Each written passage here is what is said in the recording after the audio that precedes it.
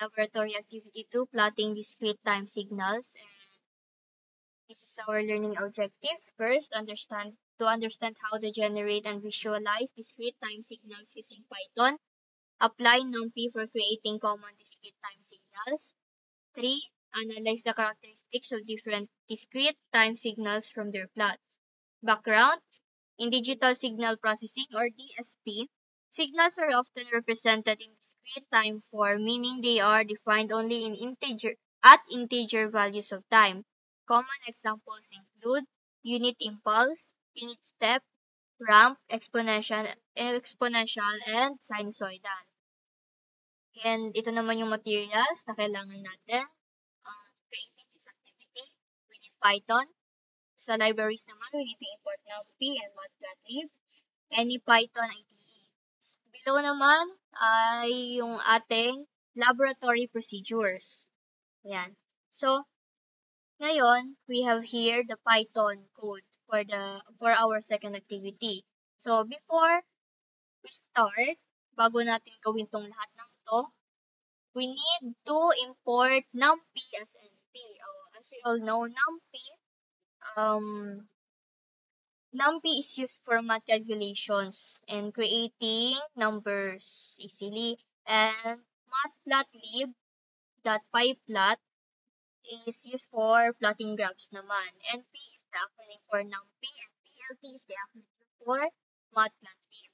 So, kailangan natin dito is we need to create a discrete time index which goes from -10 to +10. This means we are plotting signals values for 21 points in time. So next line is we define the unit impulse signal written as this. So it's equals to 1 only when n is equals to 0 and 0 everywhere else. This is like a quick spike at time. So ang lalabas dito na signal is parang ano lang, patay yung linya. Spike lang siya. Next one, we have the unit step or UN. Next is the unit step. It equals 0 for negative time and 1 for positive time. This looks like a sudden jump upward at 0. Sunod, we have the ramp. We define ramp signal as R bracket N. It increases linearly starting from 0 when n is equals to 0. This is parang ano siya, parang stairs going up. Now, we defined the exponential sequence. It starts, itong formula niya, meaning it starts at 1, gradually gets smaller as n increases. And since 0.8 exponent decrease over time, it's only defined for n is greater than or equal to 0. Sa ating sinusoidal naman,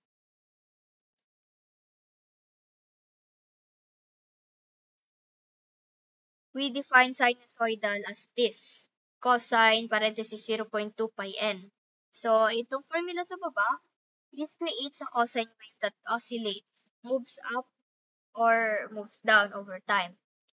So, pag-plot naman, we put all these signals into a dictionary name, signals. Each signal has title like unit step,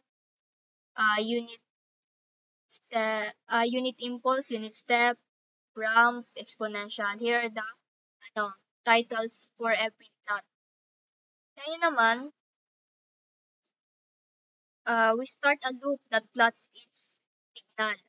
A new figure is created for each signal. PLT stem, meaning it draws discrete points instead of continuous lines, showing that these signals exist only at certain times. The title and subtitle are added along with the axis labels. So, ito yung title nandito siya. And subtitle, yan, meron tayong, itong subtitle na parang lalabas na lang siya sa gilid-gilid ng ating, mamaya, plot. And also, we have the X label and the Y label.